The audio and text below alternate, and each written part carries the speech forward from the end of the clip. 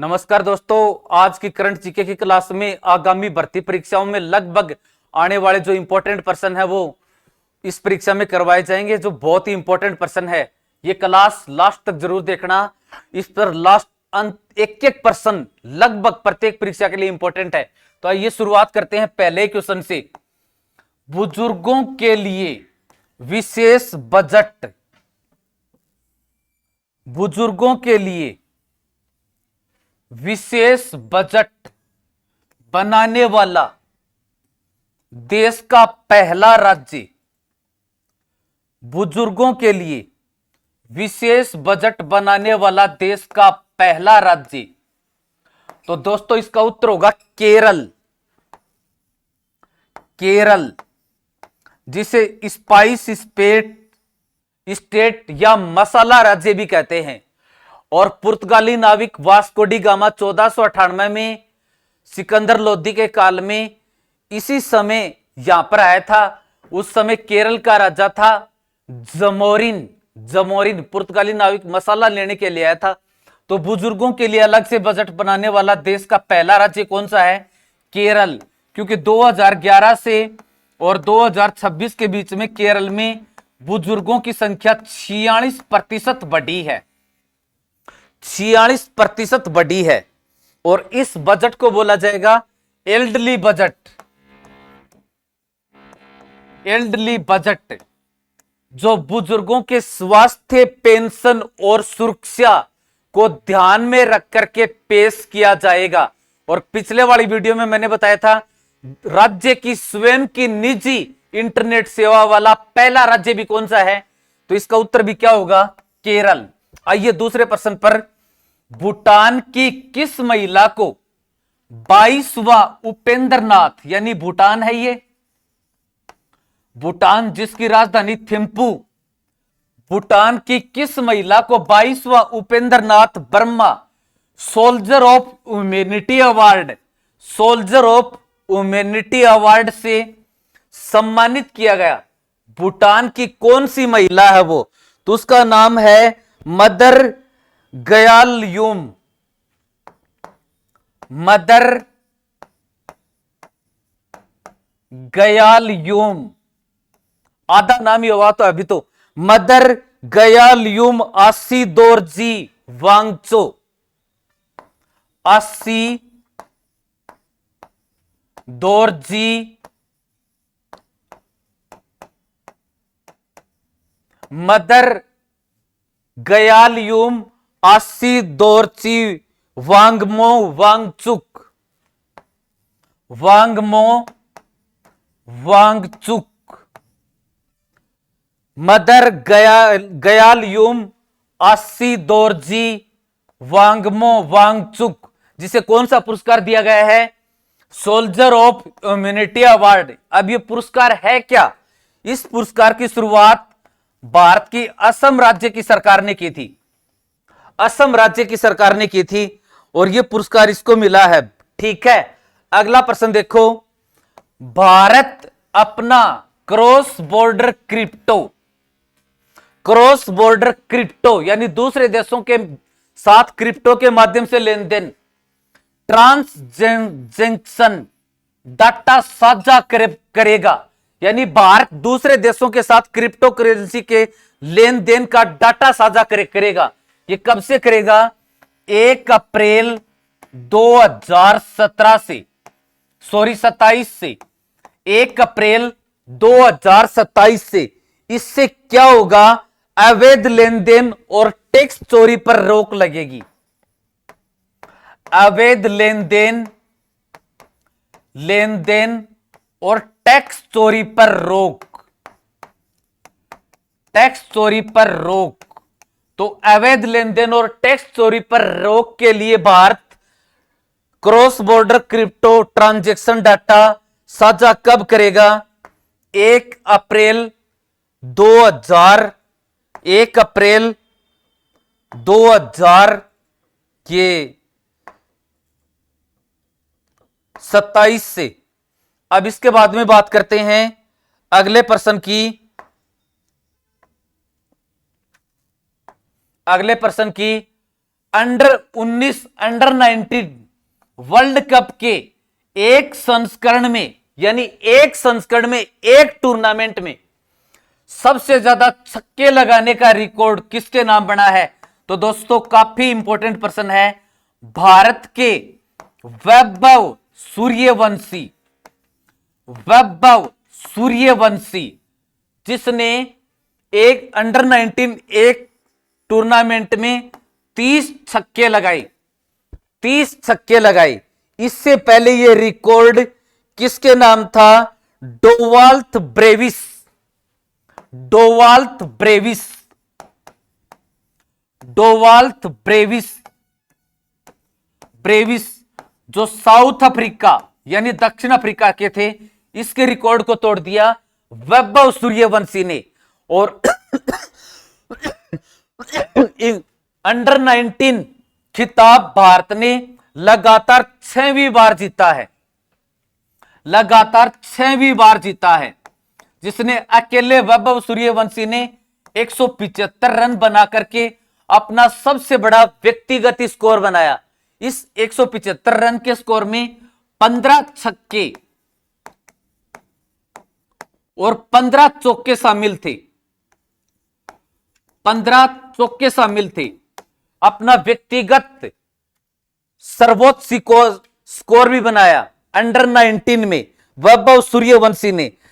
England के खिलाफ, England को भारत ने पहले खेलते हुए 412 रन का टारगेट दिया था, वापस में इंग्लैंड की पूरी टीम 311 के स्कोर पर ही ध्वस्त हो गई।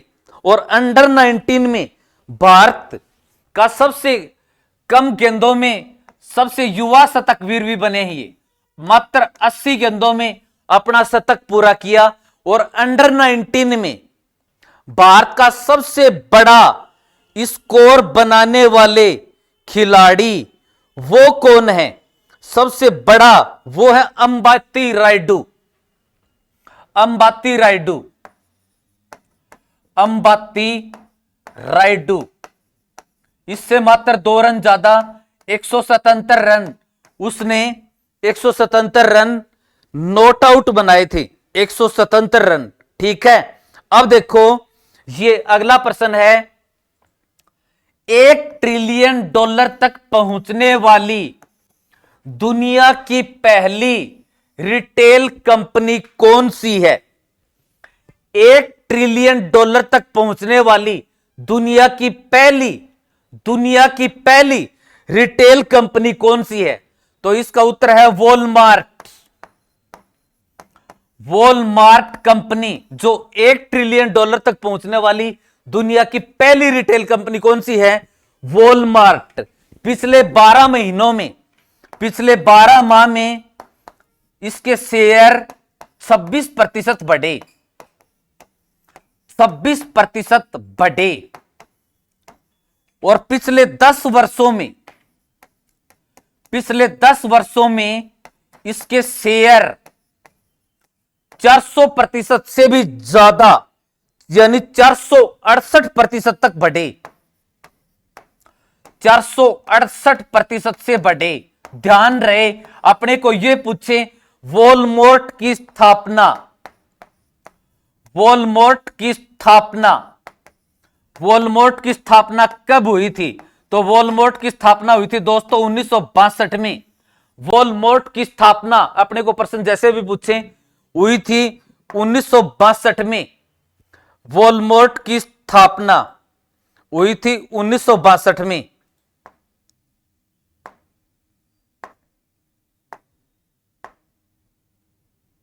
आगे कैसे नहीं निकल रहा रही?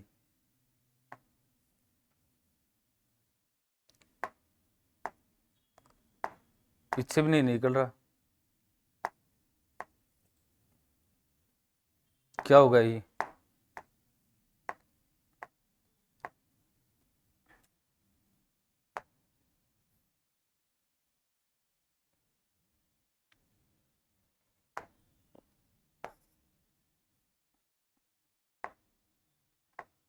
हाँ आ गया, चालू है ना। स्वेज माउंटेन, स्वेज माउंटेन जो पर्वतारोहियों के लिए बहुत खतरनाक जगह है, किसे कहते हैं? तो स्वेज माउंटेन कहते हैं। ये भारत की सबसे ऊंची चोटी केट्टू,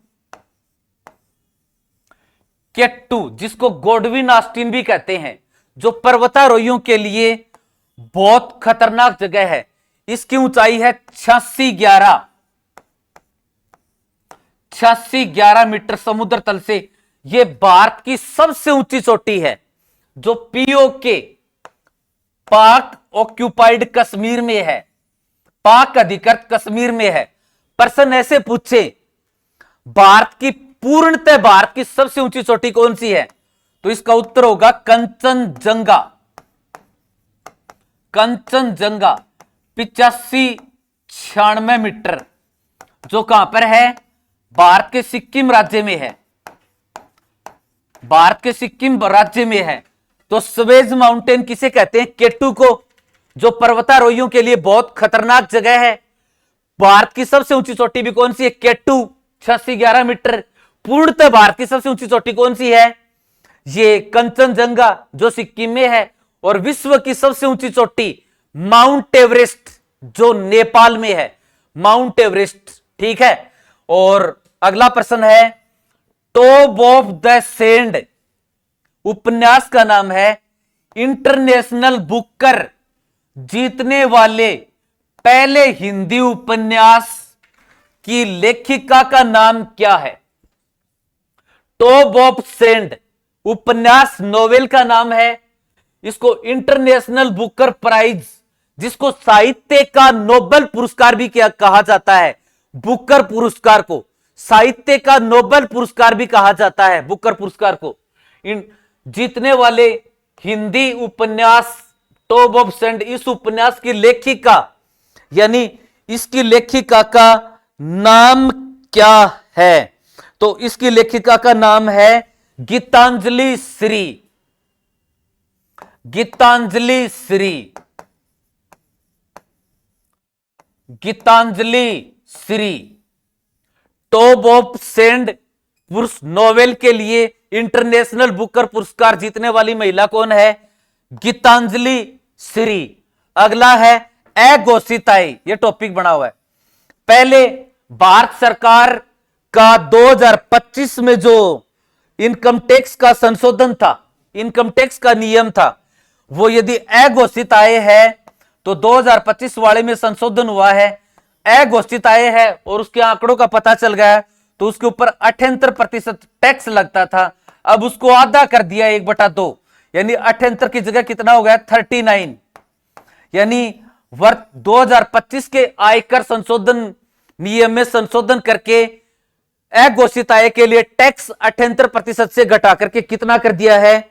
तो यह कर दिया है 39%। 39%। देश की पहली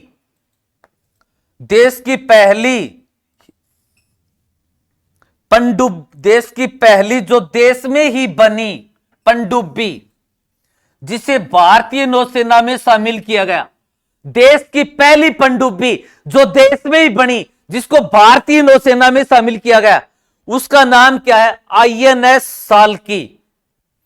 आईएनएस साल्की, आईएनएस साल्की। और इसे भारतीय नौसेना में कब शामिल किया गया? 1992 में। भारतीय नौसेना में कब शामिल किया गया? 1992 में।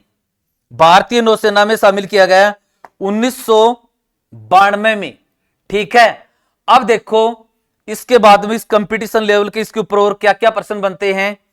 ये एक शब्द चर्चा में रहा, एफएनटीए।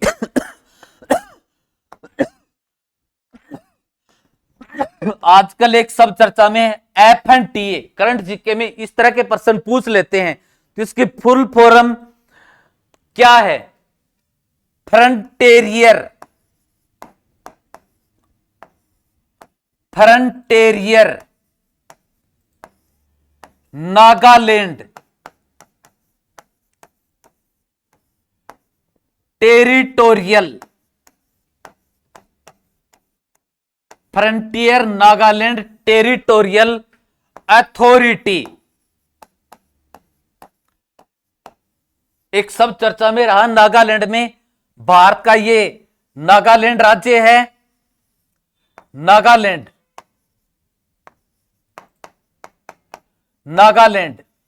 वहां पर ये कानून बना है FNTA, frontier app Nagaland and territorial T authority, एक कानून का नाम है। इसका मतलब क्या है? ये नागालैंड में बनने वाला एक स्वायत्त प्रशासनिक ढांचा है। नागालैंड और केंद्र सरकार के सहयोग से बनने वाला एक स्वायत्त प्रशासनिक ढांचा है, प्रशासनिक ढांचा है। अब इसका काम क्या होगा?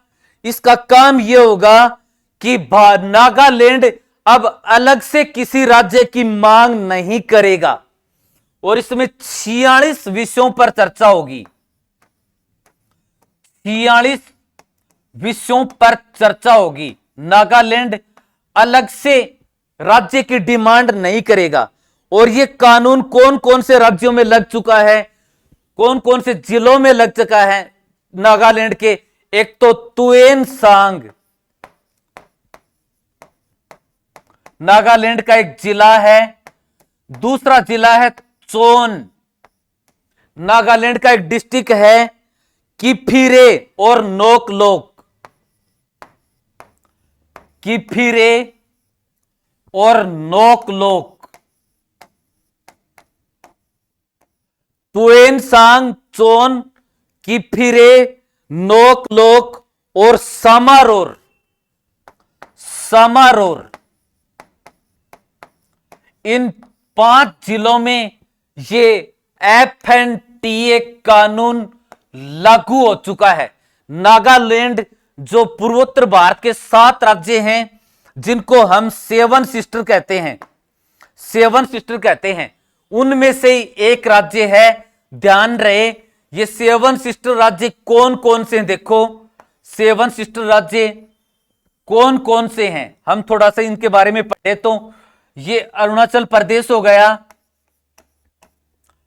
ये असम हो गया, ये नागालैंड हो गया, ये मेघालय हो गया, इधर से ये त्रिपुरा हो गया, ये मणिपुर हो गया, मणिपुर हो गया, और सबसे नीचे ये मिजोरम। इन 7 राज्यों को 7 सिस्टर भी कहते हैं, 7 बहनों के नाम से प्रसिद्ध राज्य। धन्यवाद, थैंक यू। आज के क्लास में इतना ही, बाकी कल पढ़ेंगे। करंट जीके की क्लास रेगुलर रहेगी।